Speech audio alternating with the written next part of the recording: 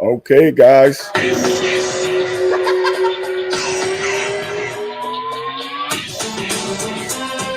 Okay, ladies and gentlemen, we are back from a few week hiatus. I've been working on so many other things that the world's most dangerous podcast is back again. Yeah, we got a few things to talk about. I'm getting a message from my screen here. We are having trouble streaming to Facebook. This may be an issue on Facebook's end. It's possible the stream has ended and deleted on Facebook. Okay, let me check.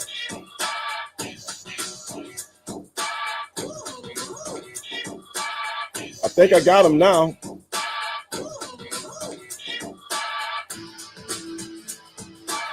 I'm not sure, but I know I put it in there. Let's see here.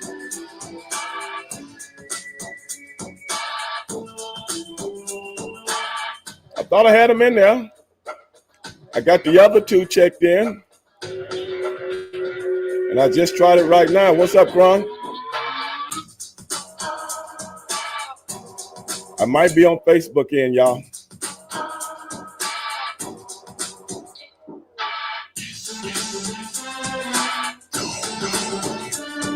I'm not sure.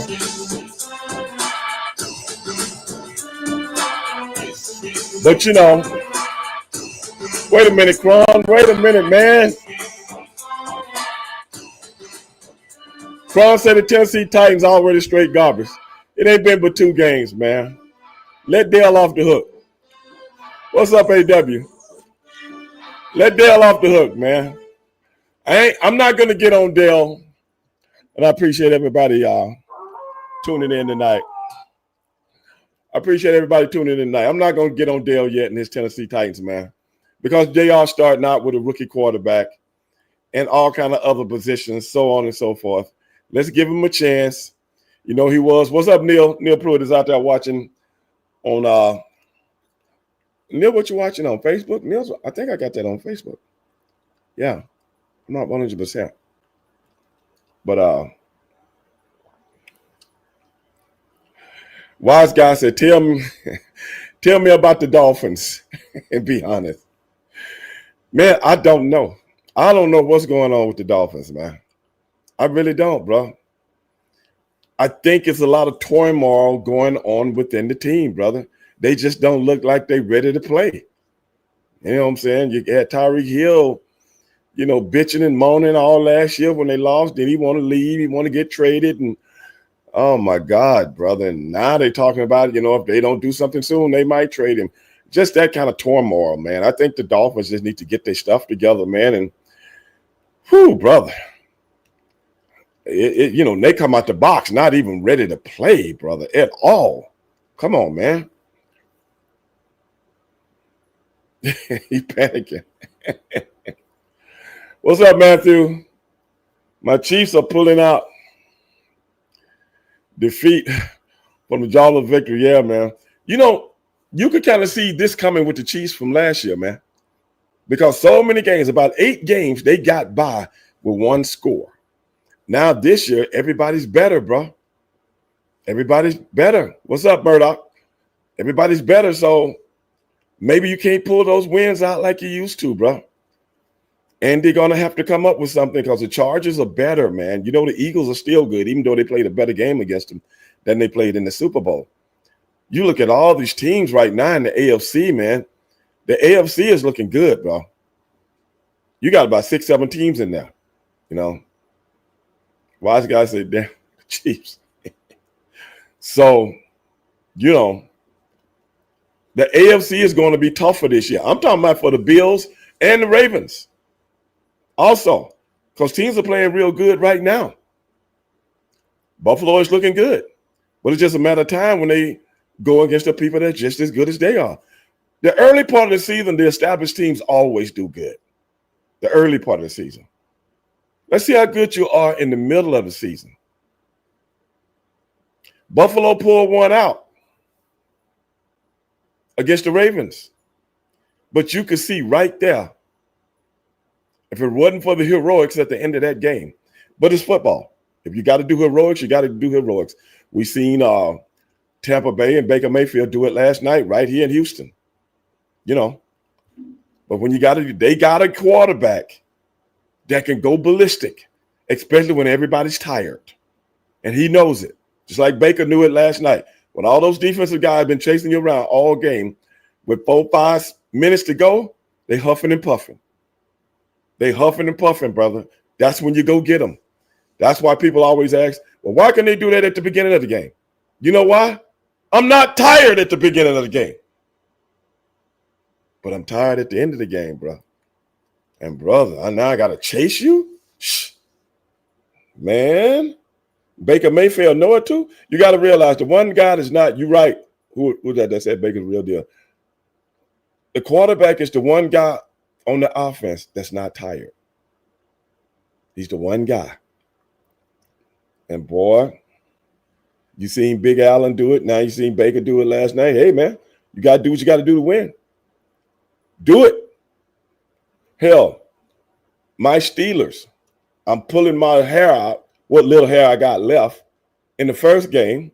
And then the second game, I'm cursing and throwing stuff like I did years ago. My Steelers have always been a good defensive team. You really got to get them tired to get by them because they make good adjustments. But this year, I don't know what the hell's going on. I'm not believing in the Colts until midseason.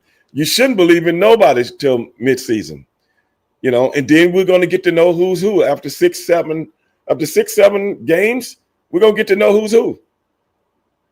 Yeah, but I tell you what, the Colts ain't the Colts from yesterday, or last year, or the year before. They're not.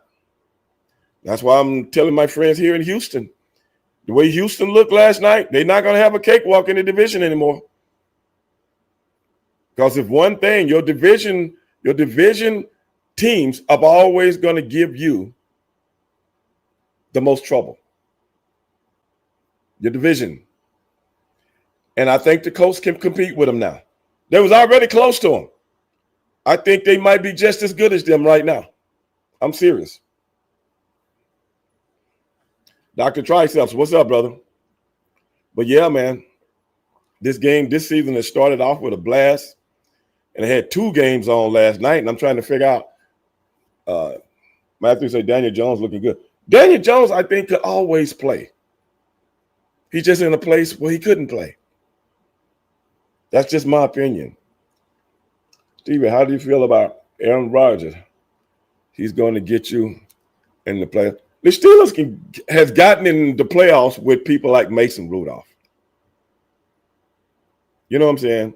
And the year before, the Steelers have won games with people like Duck Hodges. But they always had a defense that could hold up against regular teams. And every now and then beat a good team. But in the playoffs, you need more than defense, man. You need offense. You need offense. And right now, because I think Aaron Rodgers didn't play in the playoffs, I mean, not playoffs, but in preseason, and a lot of offensive guys, DJ Metcalf, he didn't play in preseason. A whole bunch of these guys didn't play. TJ Watt, all of them. And I think they're feeling it right now. I think they're feeling it. You don't have the continuity that you thought you're going to have just because you're very experienced. Just because you're very experienced. Now you're seeing the woes. Oh, me and Arthur Smith have been working good together. Yeah, y'all been working good together in practice. Not so much, that first game he was okay. But he holds on to the fucking ball too fucking long. That's what got Russell Wilson bitch made ass in trouble. You know what I'm saying? You can't hold the ball in the NFL any longer unless you got the legs of a Josh Allen. Unless you got the legs of a Lamar Jackson. or Baker Mayfield. You can't hold on to the ball, man. And this man, 41 years old, you know, just like a boxer, you might still have power, but you don't have no movement anymore because the legs are the first thing to go. The first thing to go. And you don't want to get hit because I'm an older guy. I can't take those hits like that anymore. And then get up and be ready to go tomorrow morning, man. No. So I think some of those things are going to have to take into consideration big time. Seriously. Get rid of the ball, man. If the guys are not open, throw it away. You're not Aaron from 5-6 years ago. Matthew, I was getting to that. Matthew was just asking me about the Terrence Crawford Canelo fight. Matthew, in all essence, that's why you had 2 games last night. Because, you know, they can't do a 24-hour turnaround and get it ready for a football game. That's why the Raiders played on Monday night. But who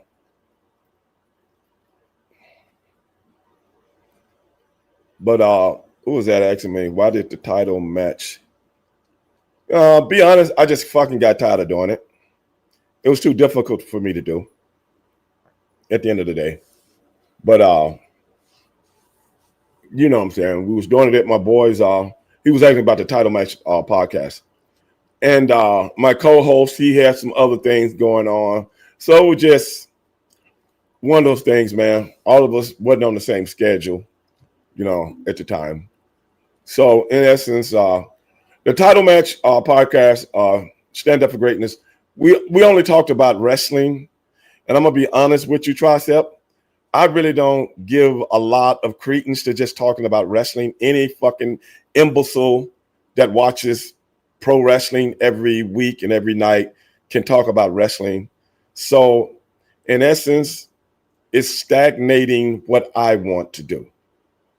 And what I want to do, I talk about wrestling a little, but I'm a professional wrestler, an ex-professional wrestler that has a podcast, not a wrestler talking about wrestling. That's too boring for me. I've been in the wrestling business since 1989. That's really the last thing. I want to talk about a little wrestling when it's something significant. But when it's something just what happened last night, man, miss me with that bullshit. You don't need me for that. There's 50,000 little teenage guys out there doing that every night. Go listen to them. No disrespect to you or anybody. I'm not talking to anybody specifically. I'm just talking about the subjects, you know, as we talk about it. What's up, Spam Sport?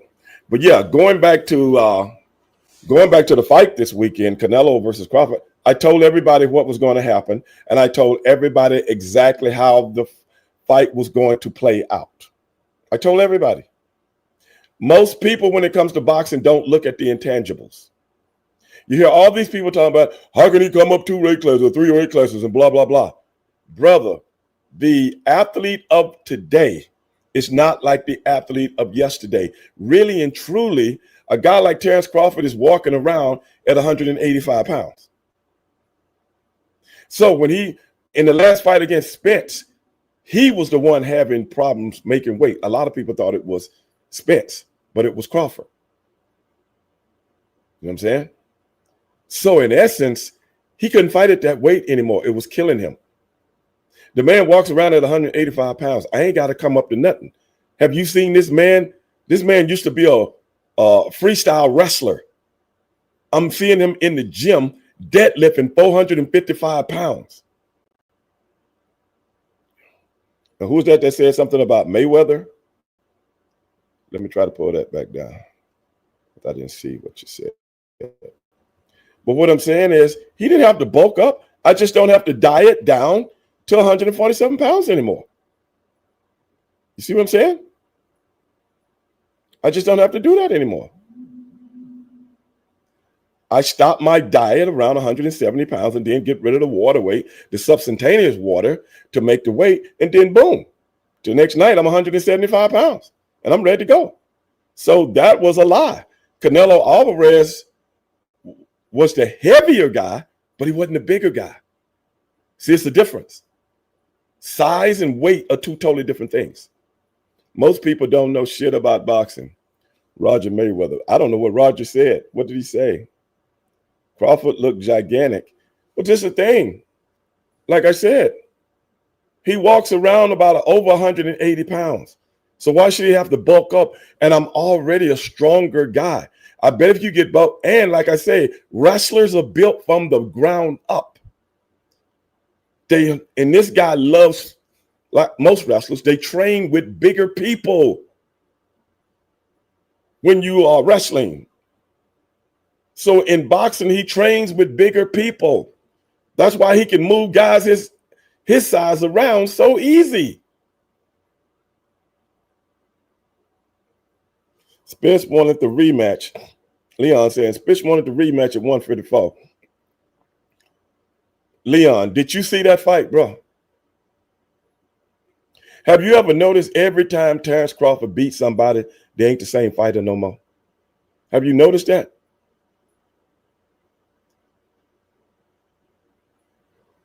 Like I said, look at the intangibles.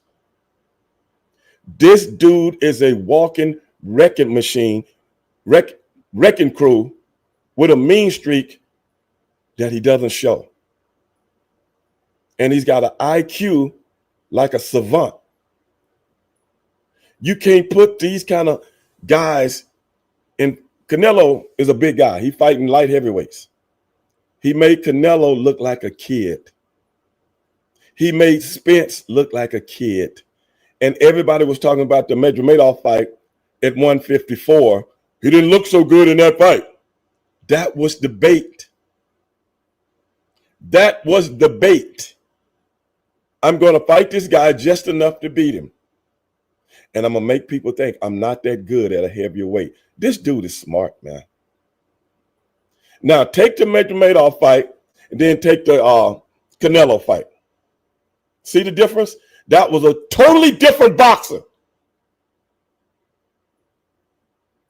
Totally different.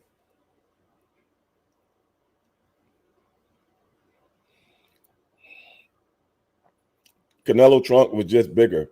Like I said, he's a bigger guy inanimmately. You know what I'm saying? He's a bigger guy. He's bigger. You know, he's got thick legs. Thick. Hold on, guys. Here we go.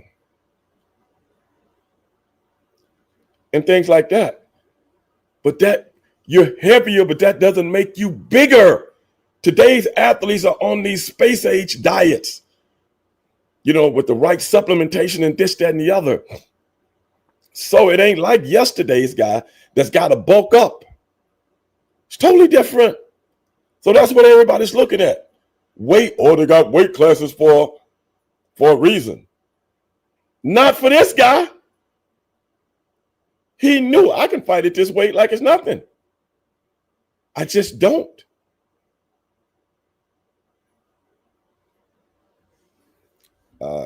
Who was that? I remembered about Tua and Bird. That's heavyweights, though. That's heavyweights. Heavyweights can take you out with one punch. And remember, Chris Bird was a small heavyweight. He just hadn't gotten hit yet. You remember when he got in the ring with Ike Abuche? What happened to him then? Damn near put his ass on the critical list. He was beating people with speed. But those ain't the things I'm talking about. The speed and all that kind of stuff. Like I said, I'm talking about the intangibles. You can't touch me, man. Terrence Crawford. A guy like Canelo, we seen it again when he fought Floyd Mayweather. We seen it again when he fought Erislandy Lara. You can't deal with speed. And you definitely can't deal with somebody that's left-handed. You notice that Crawford came in fighting southpaw. You know why he does that? I can take your jab away from you. Because you're used to fighting right-hand fighters. That's the only guy in the history of boxing I've ever seen that can turn left-hand, and he's better left-handed than he is right-handed, or either just as good. That's a different kind of animal, man. See, when Canelo tried to do that one punch, pull his hand down and throw a left hand? Yeah, throw a left hand over the top, and he came back with a right hand that was so hard that twisted his head. This dude ain't no punk, man. This dude ain't no punk.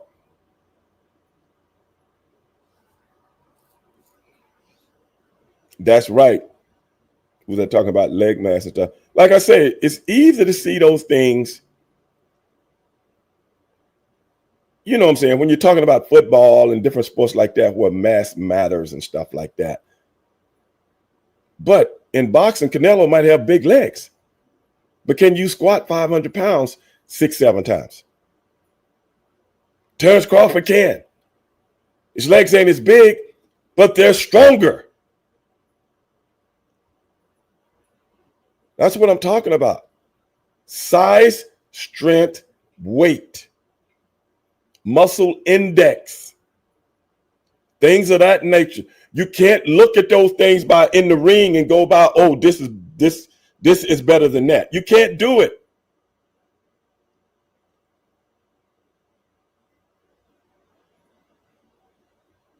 Madoff had a lot more banks and movements than Canelo.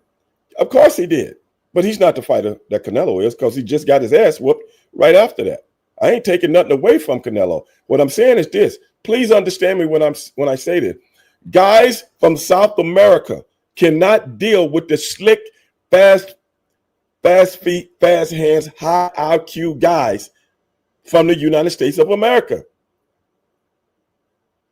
Because in essence, there's nobody over there to train with. That is why Oscar De La Hoya was very good against the slick African-American fighter. You know why? Because he came up fighting them.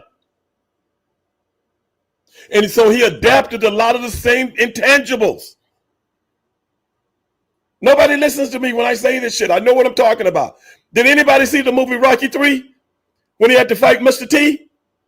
After Mr. T beat him, Apollo came and got him, and what did he do? He took him back to his own neighborhood and taught him how to fight a black guy like Mr. T.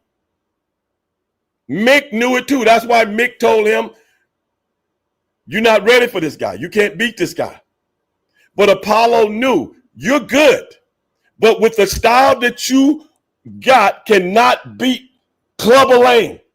That's why he took him back to school and made him rhythm. Oh, you can't. Remember, Paulie was saying, oh, man, he got no rhythm. He can't dance like a black guy. I'm going to teach him how to dance like a black guy. I'm going to teach him the rhythm of the beat. Because in the Italian culture, that's not there. But in African-American culture, that is there. And what happened? That is why Sylvester Stallone wrote that in the movie. Styles make fights. And if you come up fighting in a phone booth, that's all you know how to do.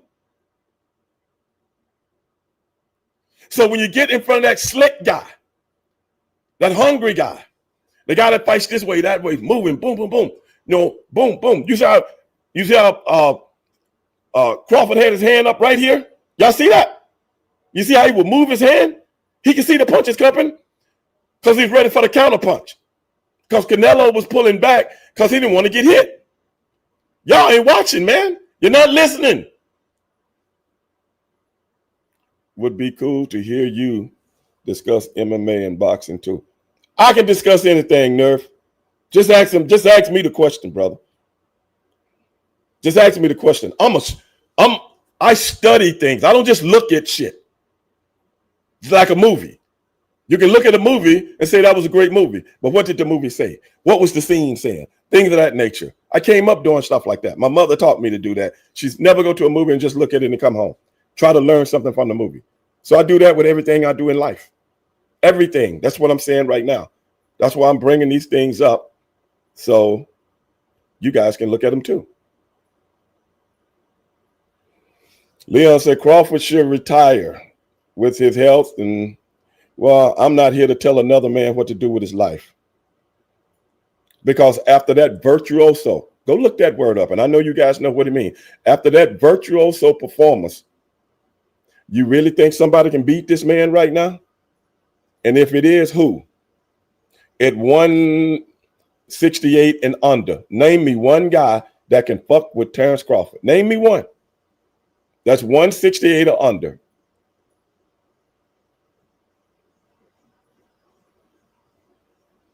You know, K-Dog. I love that, man. When I first met him, K-Dog, that's the first thing I said to him, man. I love me some Clubber Lang, man. Straight off the corner, baby. I know. I'm just saying. I knew what was going to happen in this fight. I did a live feed from the sports bar I was in Saturday night, me and some buddies of mine. And I said before the fight, 9 rounds. 9 rounds. Canelo has 9 rounds. After that, he's going to be gassed to the gills. You see him drop his hand in that fight like, I can't do anything else, man. I can't do anything else. I'm done. And I've never been hit like this. Even when Mayweather beat him, Mayweather didn't hit him like that.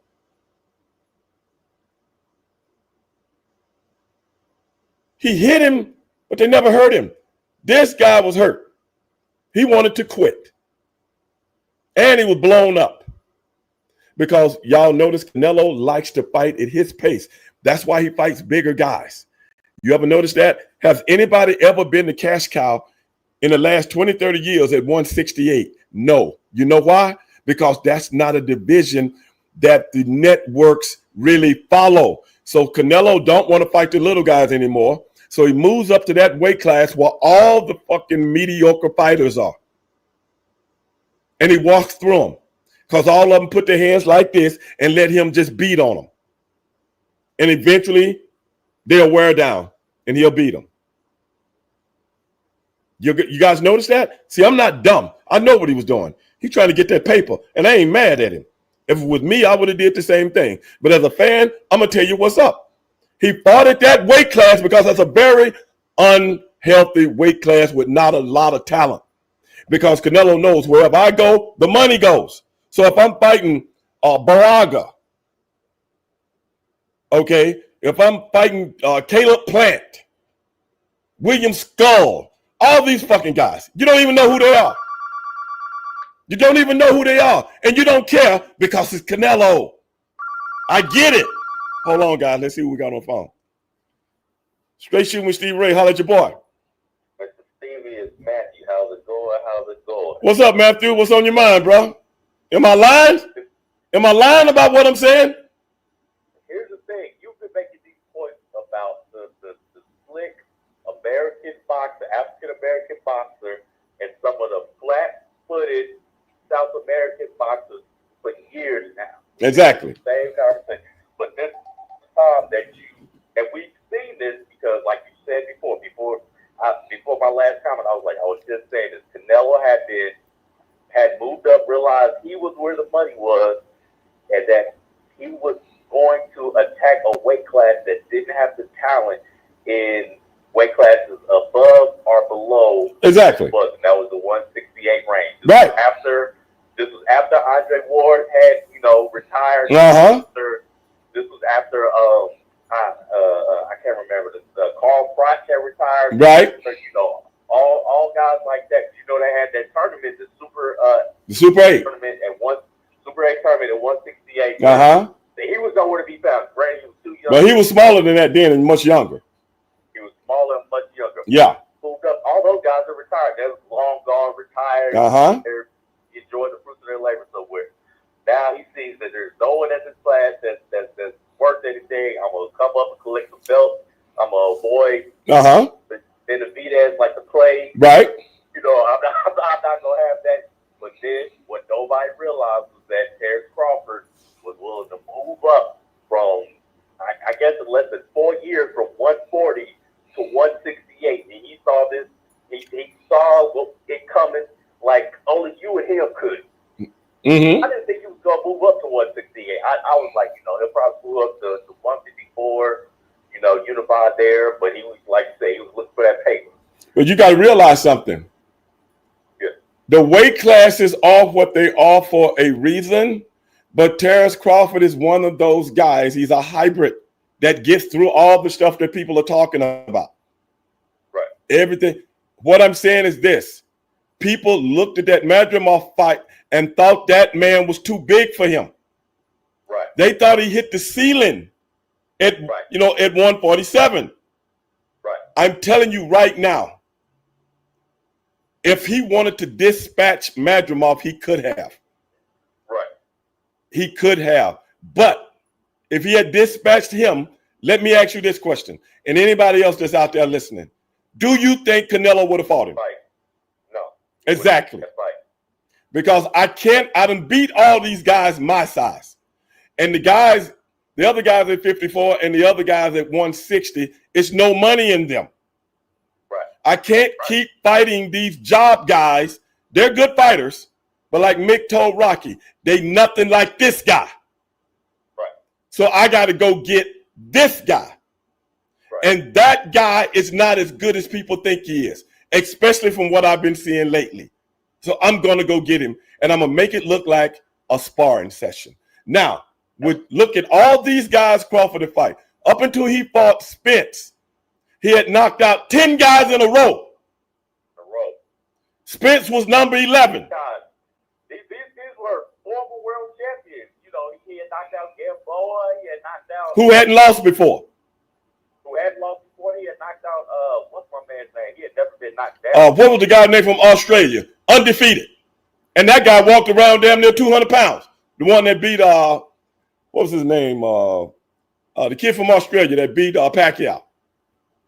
I know what you're talking about. Yeah. Let me pull it up. Ricky, let me see, the guy's probably saying it right now. He beat, there you go, Leon can put it. Hearn. Yeah. Beat Errol Spence, beat Sean Porter. That's the guy. No, I'm talking about this is a white guy from Australia. He was undefeated too. You're talking about, but I'm just adding to the list of yeah. His name was Horn. Jeff Horn. Was it Jeff Horn? Jeff Horn. Yeah, Jeff Horn. That cat was undefeated. What I'm saying is, when these guys undefeated, he knocking them out, and they never the same again. Yeah. You haven't even seen nobody's seen Spence. Nobody's seen Spence since. In public. Showtime Sean Porter. Retired that man. What I'm saying is, this is a different kind of animal, man. And when he beats you, brother, you're hurt. Sean Porter had never been knocked out before. You know what I'm saying?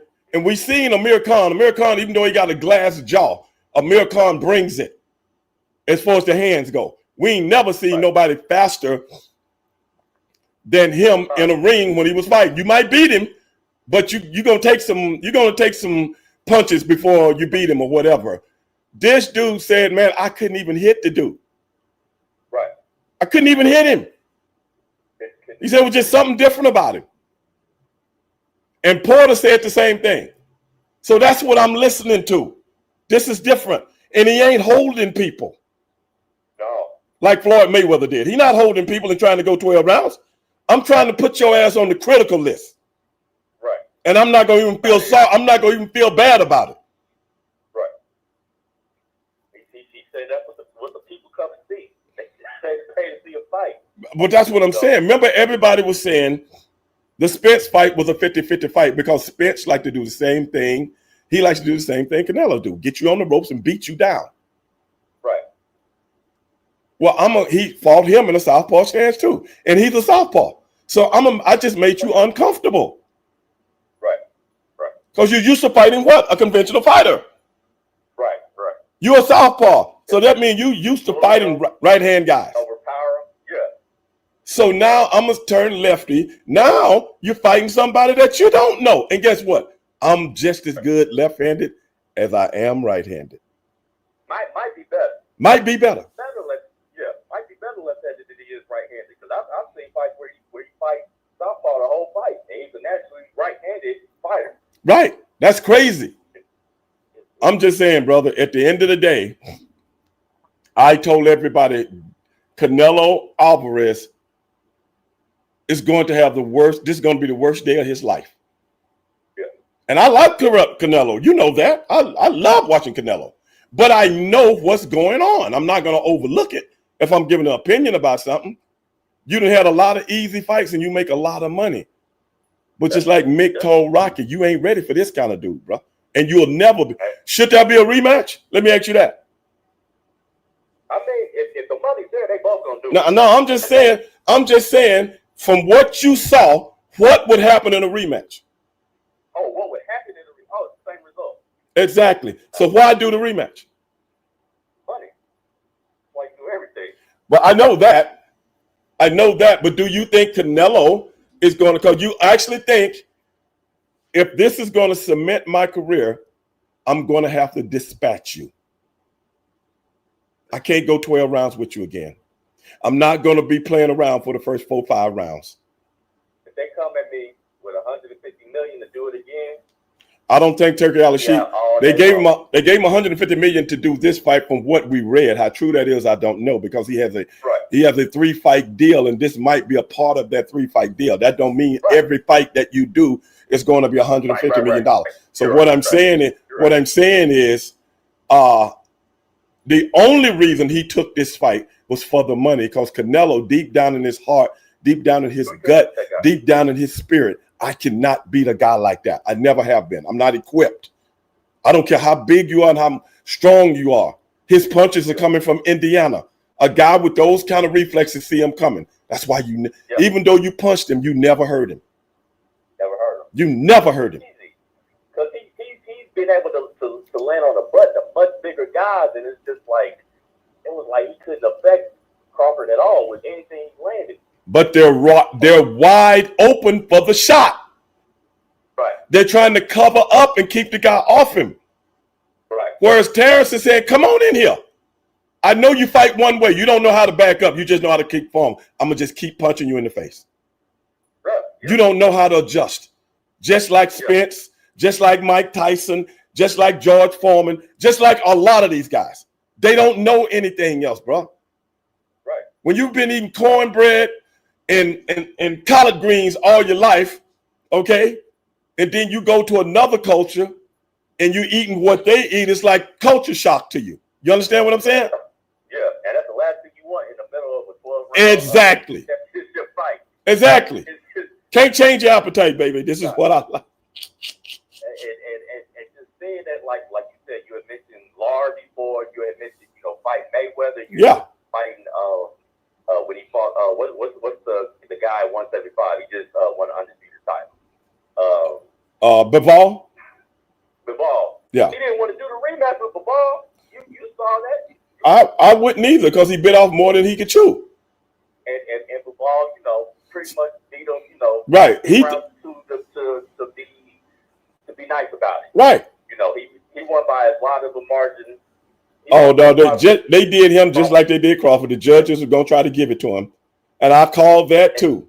I said if he doesn't win convincingly, don't be surprised if the judges try to fuck him. And they did. They did. It 115 to 113. Come on, brother. You telling me that Crawford had to win the last 2 rounds to get a victory, and if he had lost one of those rounds, it would have been a draw. It would have been a draw. Yeah, it would have been a majority draw. Yep. You crazy, man. Hey, man, let me get back to the show. Appreciate you calling in, bro. Oh, definitely. All right, brother. Yeah, dog. That's pretty much that's to Kelsey. He ain't entering.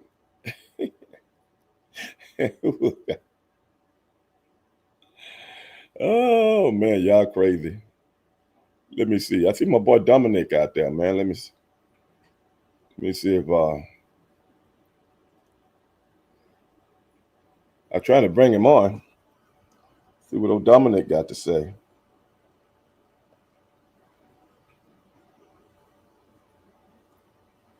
Man, it's not working right now, Dominic. I guess I don't have enough Wi-Fi.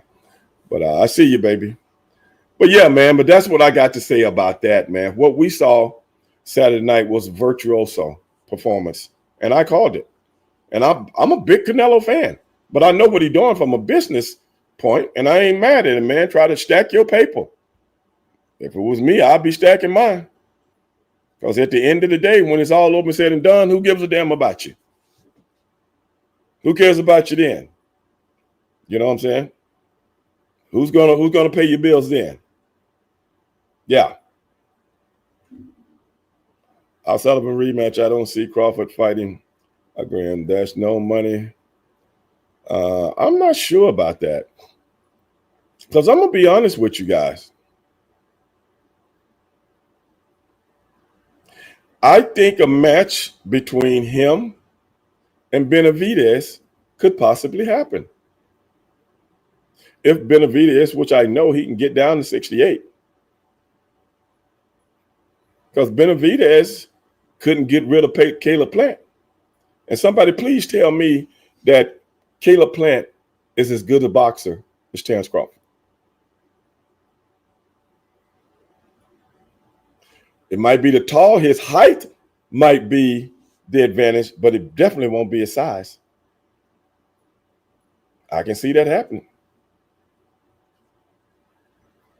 I can see that happening because Benavidez ain't had no real big money fight. And brother, you always want to get that real big money fight somewhere in your career. Somewhere in your career, that one fight that puts you over the hump, where it's like, I'm set for fucking life. Just like this fight for Crawford. I'm set for life. I think Crawford knocks out Benavidez like he did his older brother. I don't know about that. His older brother is not as good as him. But I'm not doubting you. I'm just saying I think that's a fight that could possibly happen. Because I don't, people been talking about Boots Ennis. Really, bro?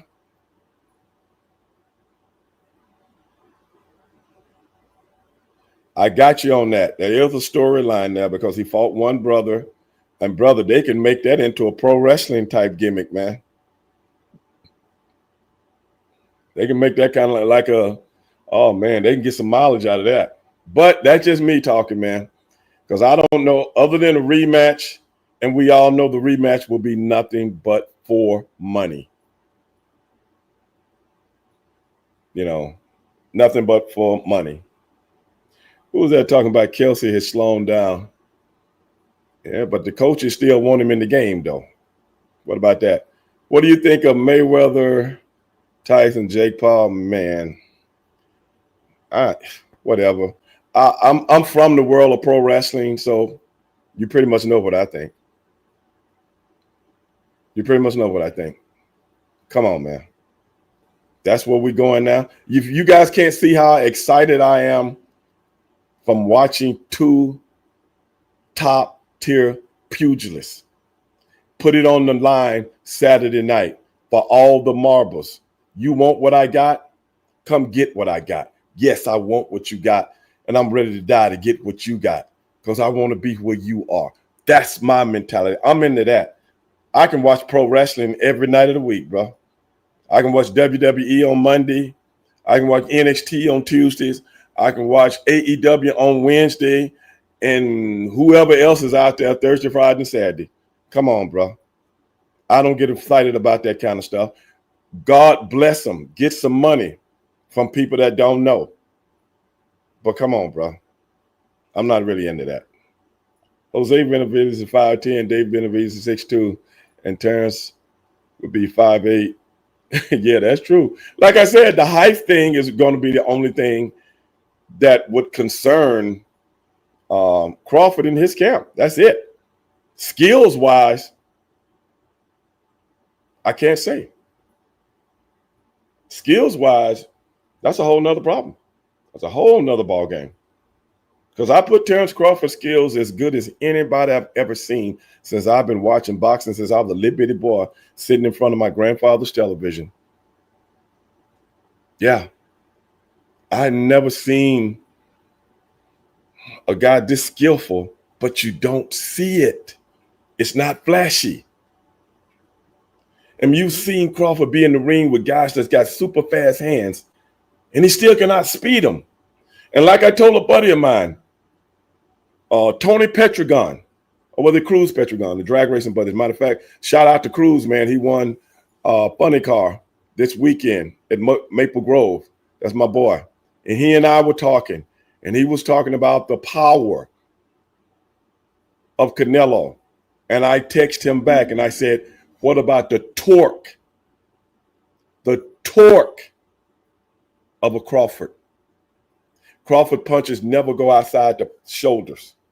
If you ever notice that, he's never throwing punches from here. He's always throwing punches from here. Just like Dan Marino never threw a football behind his ear. And you see some quarterbacks got to wind up and throw it. That's a gift, man. That's something you've been working on for a long time, and you can generate so much torque, not so much as power, torque. Because see, power needs momentum. Torque is instant. If anybody understands exactly what I'm talking about. I see you, Dominic. Who was out there? Nev Jordan. Yeah, brother. Hold on, let me see something here on my live stream. My thing is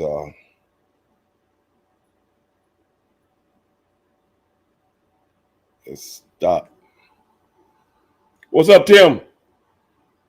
I've been watching you, baby. Keep up the good work. How he breaks down skilled fighters is insane. I go as far as to say he beats Money Mayweather. I'm going to tell you right now, brother. Who is that? Gerard? Let me ask you something, Gerard. Call into the show, man. 832-243-4428. That's for anybody out there that's listening. 832-243-4428. Let me ask you this, Gerard. Jared. What is it, Gerard or Jared? Or Jared? Because it's Jared. Is that Jared? Gerard or Jared? I may be saying it wrong. If I am, I apologize. Let me ask you this. Let's start off with Mayweather when he first fought Oscar De La Hoya. That's what made him, that's what put him at that top level. A-list fighter. A side, never the B side anymore. Let me ask you this. Do you think Oscar De La Hoya beats Terrence Crawford at any age? Because we've seen how he looked against Ike Cortez. We've seen how he looked against Felix Trinidad and things like that. Okay, even though I love Oscar, he's a hell of a fighter. Okay, then let's go to Juan Marquez, of which Mayweather asked to come up from 135 to 147. Okay, you really think Marquez would beat Terrence Crawford at any weight? Okay, let's go to Robert the Ghost Guerrero. I mean, really, the dude had a hell of a story. I mean, I really respect his story about his wife and things of that nature. Do you really think this man would have a chance against a Terrence Crawford? Okay, let's go to a 40-year-old Shane Mosley. Really, bro? Really? That hurt him. Okay, come on, man. Let's go to a Ricky Hatton, God rest his soul. Ricky Hatton, the hitman, and he died over the weekend, man. God rest his soul. Hell of a fighter. But come on, man. Really? You seen what Pacquiao did to him in 2 rounds? Helicopter, behind the business. Let's pick him up and take him down to Las Vegas General. I mean, really, brother? Miguel Cotto. I mean, really, brother? We seen him get knocked out twice before he ever fought Floyd Mayweather. Everybody can look this shit up of which I'm talking about. Victor Ortiz. We seen him quit against Maradona. So I shouldn't be getting beat up like that. But we seen Mir Khan put Maradona on his ass. Let's talk about it, bro. Let's talk about it. Come on, man. Manny Pacquiao, 5'5". I was praying to Jesus Christ. And I'm not a person that prays very often.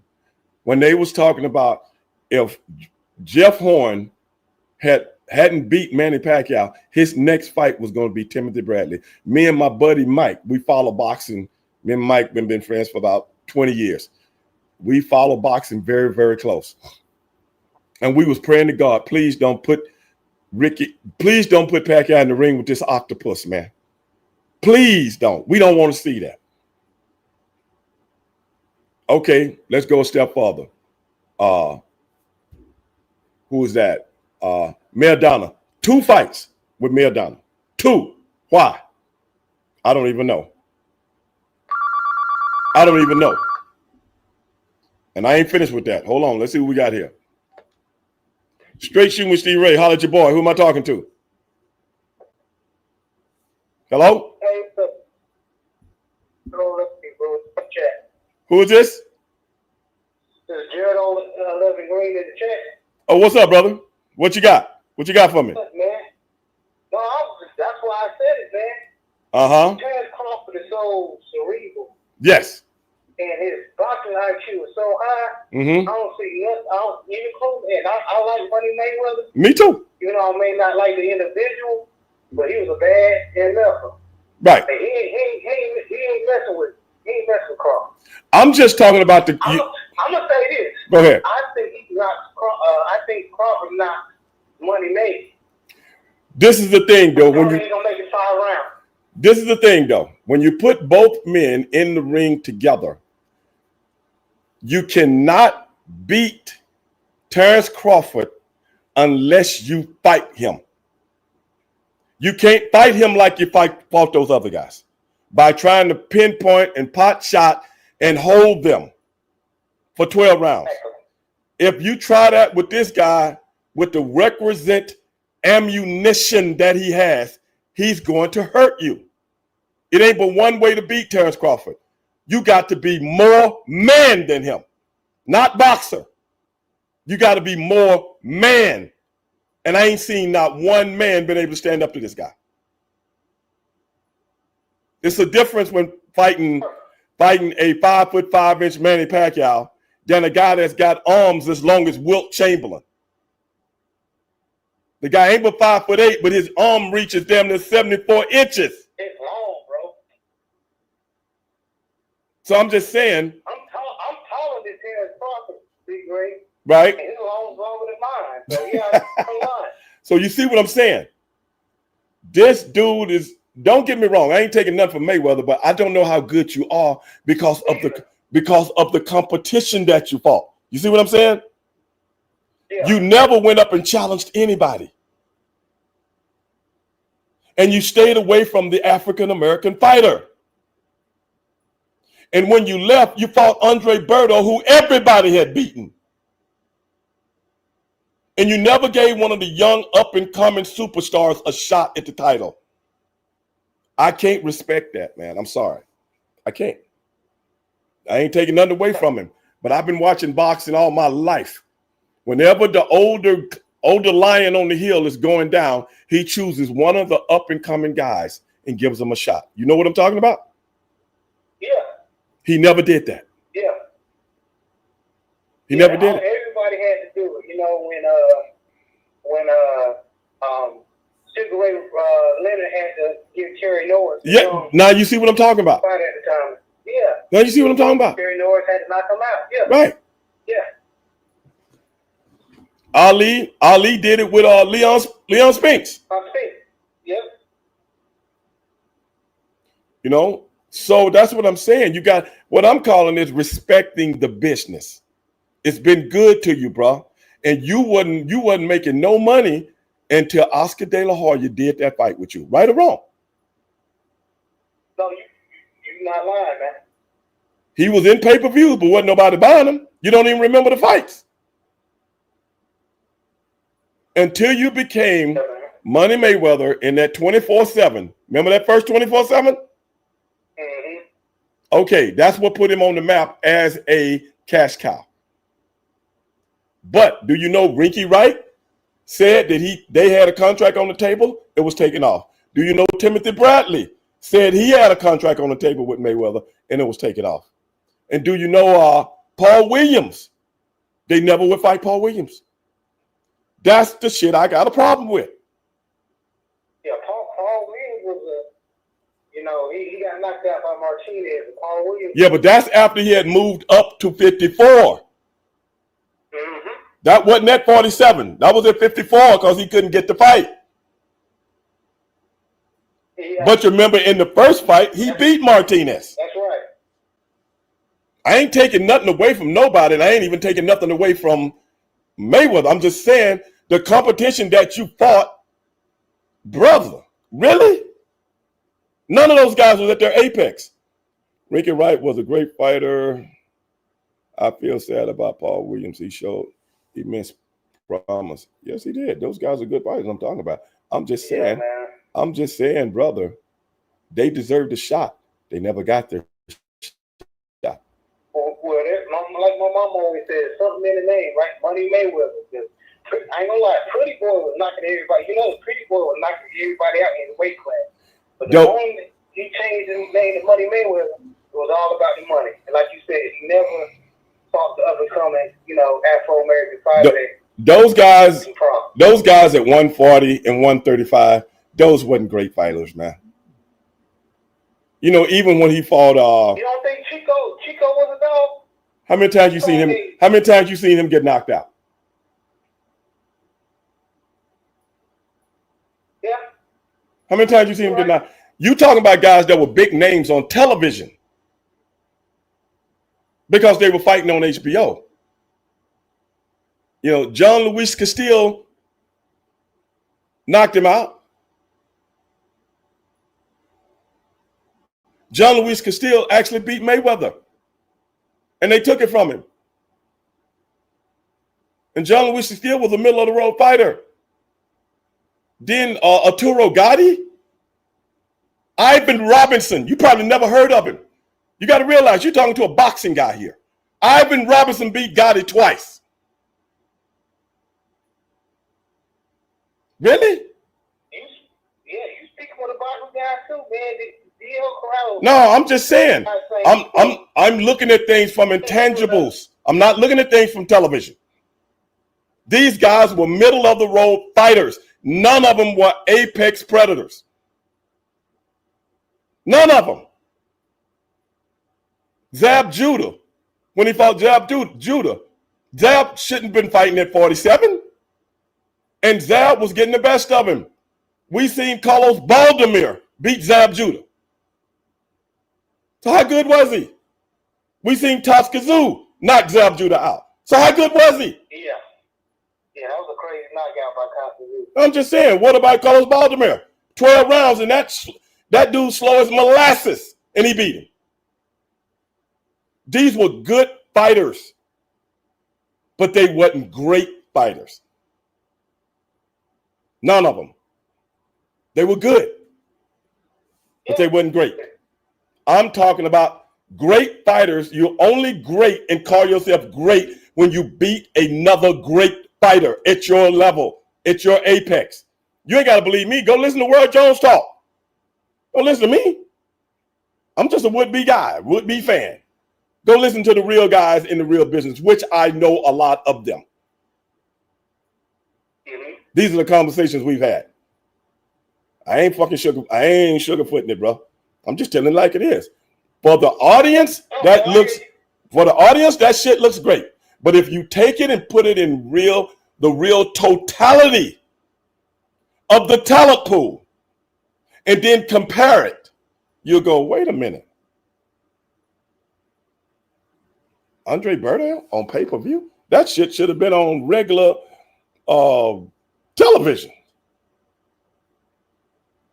Because at the end of the day, I get what he was doing. I'm down with the money gimmick, brother. But when we talk about greatness, that's a whole nother level. What you saw Saturday night was somebody I got to prove to myself that I'm great. I don't run from the problem. I run to the problem like a soldier. That's exactly why I said in the comment section, even Floyd Mayweather, and like you pointed out, he fought good fighters. He ain't fight great fighters. Right. Floyd ain't beating this man. Like I said, I ain't taking nothing away from Matthews. Just talking about Floyd never fought Toskazoo, Paul Williams, or Sergio. Sergio Martinez. Remember when Sergio said, "I'll come down and fight you"? And Sergio was a bad boy before his knees went out on him. And I'm not saying Floyd wouldn't have beaten these guys, but you can't speculate and make it about conjecture. It's one thing we talking about if. It's another thing we see one guy, don't talk about no if. It's when and where. So if I was going to compare a Terrence Crawford to a Floyd Mayweather, to me, in my mind, there's no comparison. You might be as good. You might be as good as me physically, but I don't think you got the heart that I do. I'm ready to die in the ring. Are you? I ain't gonna lie. If you gonna compare this, I'm gonna go wait for my time and your time. I'm gonna compare Bud, and I know it was way before our generation, to like the Sugar Ray Robinson or the Jack Johnson. I agree with you. I agree with you 100% because we ain't never seen nothing like this, bro. Have we ever seen one guy? If you follow Terrence Crawford's career, when he fought Bradis Prescott, this was me and my boy Mike. This first time we had ever seen him, and we was watching HBO that night. And Bradis Prescott was going to be in the main event, and Bradis Prescott had just knocked out. Bradis Prescott that hurt. What's my boy? Andre Ward bad. No. Yeah, I'm talking about before that though. When Amir Khan was Olympic gold medalist, and they was putting the rocket on him, and Bradis Prescott knocked his ass out. That's what put Bradis on the map. I remember that. Yeah, that's what put him on the map. And we was like, well, who is this dude fighting Bradis tonight? You know, it was there at 135, and that dude, he was the replacement fighter. He was the replacement fighter and came out and schooled Bradis Prescott. And me and my boy Mike was like, wow. That's what put him on the map with us on HBO. I'll never forget it. 2000 and sometime the years escape me. I'm not like my boy Rick Rude who can remember everything. You know what I'm saying? Right. I ain't like my boy, God rest his soul, Rick Rude. Boy, that joker could remember days, dates, nights, and everything, man. But this had to be in the like 2010, 2011, right in there, somewhere in there. And yeah, after that is when me and my boy Mike, because we big boxing fans, and we started following Terrence Crawford. And we was like, he didn't look as great as he was, you know what I'm saying? Because it ain't flashy. Yeah. But he makes the guys look amateurish. And that's what I'm saying. I ain't got nothing against nobody, but I know what I'm looking at. That's all I'm saying. I know what I'm looking at. And I agree with you. Real boxing fans who love the sport, they know exactly what they looking at, and they knew what was going to happen Saturday. Yeah, I heard a lot of people say that, bro. I heard a lot of people say this guy got the requisite skills to take advantage. And like I said, that fight got to the point where it looked like a sparring session, like a teacher against a student. And the same thing with Spence. And as a former wrestler myself, he jumped up 2 weight class and he looked. It looked like he fit that weight class beautifully. He didn't look flabby, you know. Some people gains in muscles, slow, or in weight they look fat or bloated. He looked like a newbie guy, bro. And you know why I knew that was going to happen? And I was telling my buddies this. You never seen him without his shirt on anything until the night of the fight. I mean, the night of the weigh-in. The day of the weigh-in. They showed pictures, but you don't know if those pictures was superimposed or what. You know what I'm saying? A couple of pictures. Mm-hmm. But when he got up on that scale and he took his stuff off, I was like, oh, my God. That's why he hasn't been showing his body. And he hasn't been letting nobody videotape his body either. I was like, Lord, he was trying to tell people, Stevie. He was trying to tell people, I've been boxing heavyweights and light heavyweights all before this fight. So I got something for Canelo ass, and he did. Oh, brother. Hey, man, I appreciate you calling into the show, man. I'm getting ready to end the show. But, hey, man, don't be a stranger, bro. No problem. And I just want to say, man, I'm a big fan, especially my dad, man. We've been a big fan of you, your brother for years, man. So I like your show. Keep doing what you're doing, bro. All right, man, I appreciate that, man. Tell your dad what's up. I sure will, man. You have a blessed night. All right, you too. But, yeah, man, we're going to cut it off over that Scott knocked out Khan in 2008. And Crawford beat Scott by unanimous decision. Okay, it was 2013. Prescott. Yeah. Yeah, the dude is like South American and he got a name like Prescott. You ever heard of something like that, Matthew? Yeah, Prescott. But hey, guys, everybody out there watching on Facebook, man, we got to get ready to get out of here. And Ronald Alexander, appreciate it, Ronald. But hey, man, it ain't nothing like talking about some boxing, even though I wanted to talk about more football tonight. But hey, man, we'll look at the games this weekend, and I'll come back next weekend. And hey, man, we talk about some. Like I said, Matthew, the dude from South America, and he got a name like Brady Prescott. we didn't know where he was from until the night of that fight. You know what I'm saying? Because when we heard Brady Prescott when he knocked out Amir Khan, I thought he was from, like Great Britain. Oh, that's one of their type of name. Oh, okay, Matthew. That's his middle. Still.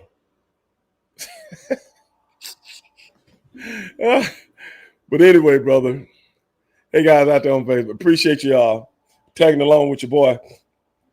But we're going to get ready to get out of here, man. And be looking forward to a new show that I might be hosting. I'm going to give y'all a heads up right now. I can't tell you the name of the show. But stay tuned. Your boy might have something cooking and brewing. Yeah. That's all I can tell you right now, but peace. Yeah, man. I might have something brewing. I can't tell you. I can't tell you what it is right now, but your boy might have something brewing, man. That's all I'm going to say about it. Power on. Appreciate that, Gerard. Bluetooth pairing. But, man, Bluetooth connected. We might have some things brewing. But that's all I can say about it. That's all I can say about it. But stay tuned, man. It's in the works. That's why I haven't been doing my show, man. I've been concentrating on another show that I'm working on. It's in the wind right now. Most definitely real cool. It's in the wind right now. I can't even tell you. But it's going to be big, baby. It's going to be big. I'm itching to tell you. But I'm not at liberty to right now. Ooh, man. And I'm working on it hard, too. Half of it is done. And I'm putting the other half together. And then when I get the green light, I'm going to put it on social media. I'm going to put it on social media for everybody to see. And I'm going to tell everybody to stay tuned. Hopefully it'll have a date by that time. And brother, I'm going to eat them alive. That's only I can do. That's all I can say about it right now. This is your boy Stevie Ray, better known as Ray Dog. Don't forget about your boy. And if you don't do anything else, hey, be one. Can you dig it?